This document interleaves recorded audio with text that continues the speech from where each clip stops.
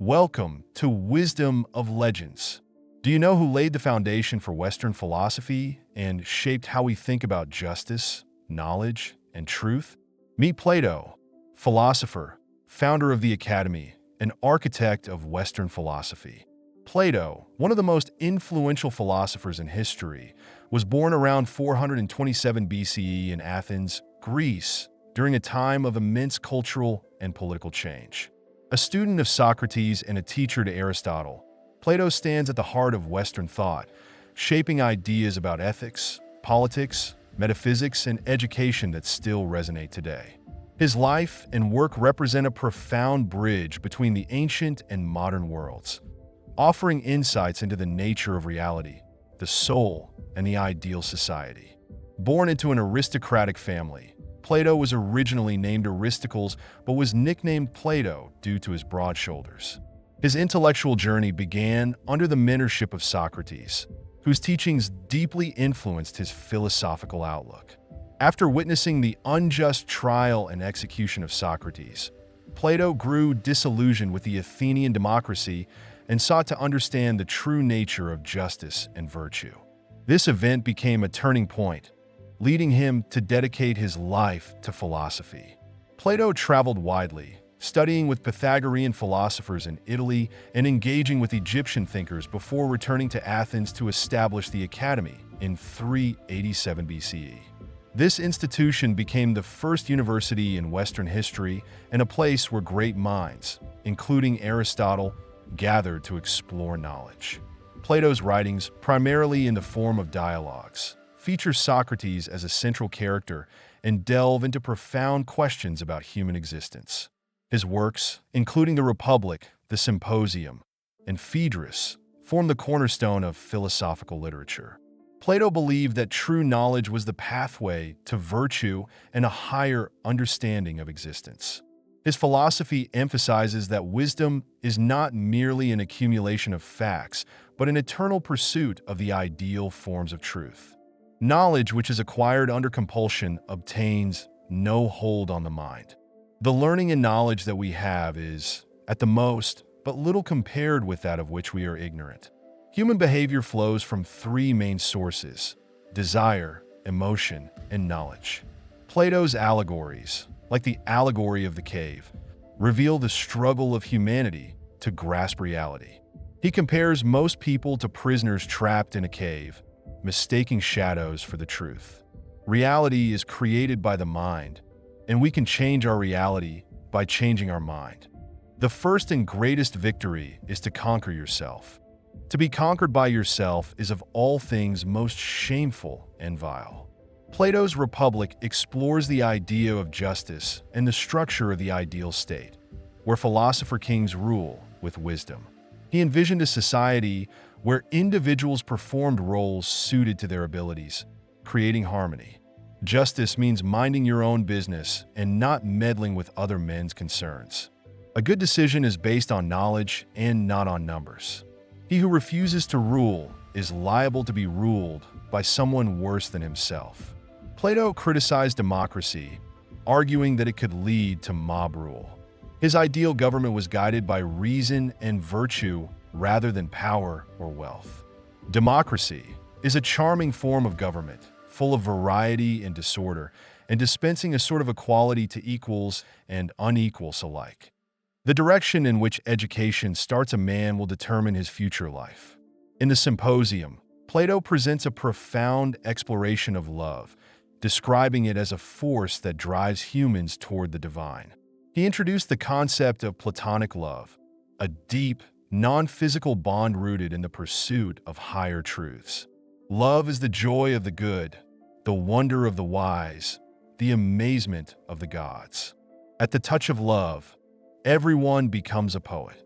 Love is the pursuit of the whole. Plato believed in the immortality of the soul and its journey through successive lives, seeking enlightenment. The soul takes nothing with her to the next world but her education and her culture. The soul of man is immortal and imperishable. Plato held that education was the foundation of a just society. His academy was dedicated to cultivating leaders who could balance wisdom and action. Do not train a child to learn by force or harshness, but direct them to it by what amuses their minds, so that you may better discover with accuracy the peculiar bent of the genius of each. The object of education is to teach us to love what is beautiful. For Plato, leadership required intellectual and moral excellence. Those who are too smart to engage in politics are punished by being governed by those who are dumber. In politics, we presume that everyone who knows how to get votes knows how to administer a city or a state. When we are ill, we do not ask for the handsomest physician or the most eloquent one. Plato spent his life searching for the eternal truths that underpin existence. His belief in the forms, ideal versions of objects and concepts, provided a framework for understanding reality that continues to influence philosophy, mathematics, and science. Plato's death in 347 BC marked the end of a remarkable era, but his ideas have lived on through the centuries. His academy endured for over 900 years, shaping countless minds, from Plotinus and Augustine to modern thinkers. Today, his works remind us of the importance of self-examination, the pursuit of truth, and the vision of a just society. As he famously said, "An unexamined life is not worth living." Ideas are the source of all things. Wise men speak because they have something to say. Fools because they have to say something. Courage is knowing what not to fear. We can easily forgive a child who is afraid of the dark. The real tragedy of life is when men are afraid of the light. The measure of a man is what he does with power. No man should bring children into the world who is unwilling to persevere to the end in their nature and education. Plato's theory of forms is one of his most profound contributions to philosophy. He argued that the physical world is merely a shadow of the true reality, the world of eternal and unchanging forms. For example, a tree in the physical world is just an imperfect manifestation of the ideal form of a tree. The true lover of knowledge is always striving after being. That is everlasting, and not after that which is merely becoming. There is no harm in repeating a good thing. Plato's allegory of the cave symbolizes humanity's journey from ignorance to enlightenment. He describes prisoners chained in a cave, only seeing shadows on the wall. When one escapes into the light, they realize the shadows are illusions, just as philosophers realize that the material world is not the ultimate truth. The beginning is the most important part of the work. You can discover more about a person in an hour of play than in a year of conversation. In the Republic, Plato examines the nature of justice and the ideal society. He envisioned a world where rulers are philosophers, guided by wisdom rather than ambition. Justice in the life and conduct of the state is possible only as first it resides in the hearts and souls of the citizens. Wealth and poverty. One is the parent of luxury and indolence, and the other of meanness and viciousness, and both of discontent. A state that is not governed by justice is nothing but a great robber band. Plato's vision of a just society revolves around the tripartite soul: reason, spirit, and appetite. Each class in society corresponds to one of these: rulers, reason; warriors, spirit; and workers, appetite.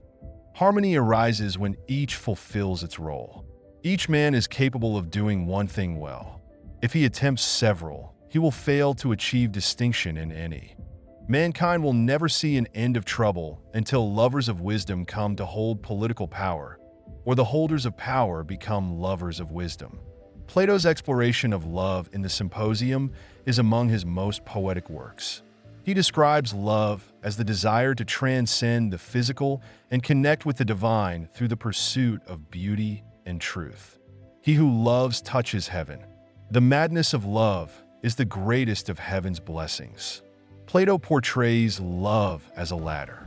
It begins with physical attraction, ascends to the love of the soul, and ultimately culminates in the love of the form of beauty, an eternal and perfect ideal. Beauty lies in the eye of the beholder. Love is the desire for the perpetual possession of the good. Education, for Plato, was the foundation of a virtuous society. His academy sought to nurture philosopher-kings, leaders capable of ruling with wisdom and justice.